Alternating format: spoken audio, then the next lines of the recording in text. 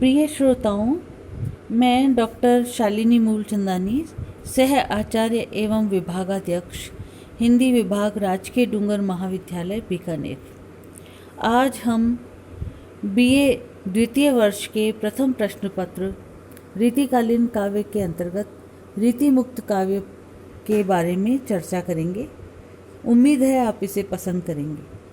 रीतिकाल के वे कवि जिन्होंने रीति के बंधन को स्वीकार नहीं किया और हृदय की स्वतंत्र वृत्तियों को काव्य निबद्ध किया, उसे रीतिमुक्त कवि कहा गया। रीतिमुक्त कवियों द्वारा लिखे जाने वाले काव्यों को रीतिमुक्त काव्य कहा जाता है। रीतिकाल में कुछ ऐसे कवि भी हुए जिन्होंने लक्षण ग्रंथ लिखने की परंपरा का पालन नहीं किया।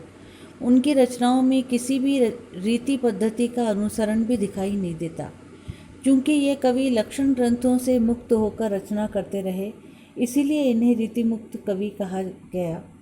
इन कवियों में घनानंद, बोधा, आलम, ठाकुर और द्विजदेव आदि प्रमुख हैं। रीति काव्य एवं रीतिमुक्त काव्य के बाह्य स्वरूप में कोई विशेष अंतर नहीं है। इन दोनों में मूल अंतर उस दृष्टि का है जिसे लेकर कोई कवि काव्य रचना में प्रवृत्त होता है।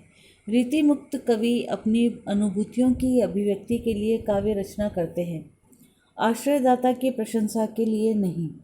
रीति काव्य लेखकों का कविता के प्रति दृष्टिकोण दायित्व का नहीं, आनंद का था, जबकि रीतिमुक्त कवियों ने कविता को साध्य माना है। ठाकुर रीति कवियों की रूढ़िगत परिपाटियों की आलोचना करते हुए कहते हैं, डेल सो बनाए आए मेलत सभा के बीच, लोगन कवित की वो खेल करी जानो है। जबकि घनानंद कविता के प्रति दायित्व बोध रखने वाले सजग रचनाकार हैं। वे कहते हैं, लोग हैं लागे कवित बनावत, मोहि तो मोरे कवित बनावत। रीतिमुक्त कवियों का प्रेम वासनाजन्य व संभोग परक नहीं है। इनके प्रेम में शुद्ध शारीरिक आकर्षण के स्थान पर विरह की गरिमा है। इनका प्रेम एकनिष्ठ और सीधा सरल है।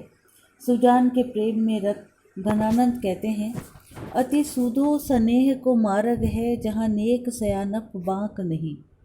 रीतिमुक्त काव्य पर फारसी का प्रभाव भी स्पष्ट है। घनानंद और आलम फारसी के विद्वान थे। इनके विरह पर फारसी शैली का प्रभाव भी पड़ा। दिल के टुकड़े, छाती के घाव जैसे विरक्तिपूर्ण उपमानों का प्रयोग हुआ, जो संवेदना कम, बेचैनी अधिक उत्पन्न करता है। वस्तुतः रीतिमुक्त काव्य शास्त्रों से मुक्ति का काव्य है। इन कवियों ने काव्य शास्त्र के नियमों पर ध्यान नहीं दिया। ये कवि हृदय की अनुभूति के आधार पर रचना करते हैं। इनका काव्य आलंकारिकता का खंडन करता है तथा मार्मिकता पर ध्यान देता है। इनके यहाँ अलंकारों का प्रयोग कम हुआ है।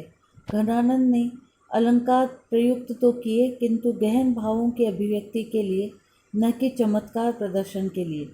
उनका विरोधाभास अलंकार का उदाहरण उल्लेखनीय है। उजरन बसी है हमारी अखियान देखो। रीतिमुक्त काव्यधारा के प्रमुख कवि और उनकी कृतियाँ इस प्रकार हैं।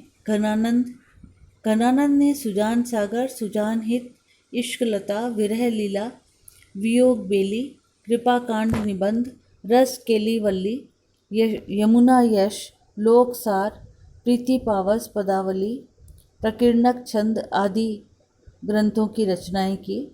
आलम ने आलम केली, माधवानल, काम कंदला, सुदामा चरित और श्याम सनेही की रचना की। ठाकुर की रचनाएं ठाकुर ठसक और ठाकुर शतक मुख्य हैं। बोधा ने विरह वारिश और इश्कनामा लिखा। धन्यवाद मित्रों, मेरे चैनल को लाइक और सब्सक्राइब अवश्य कीजिए।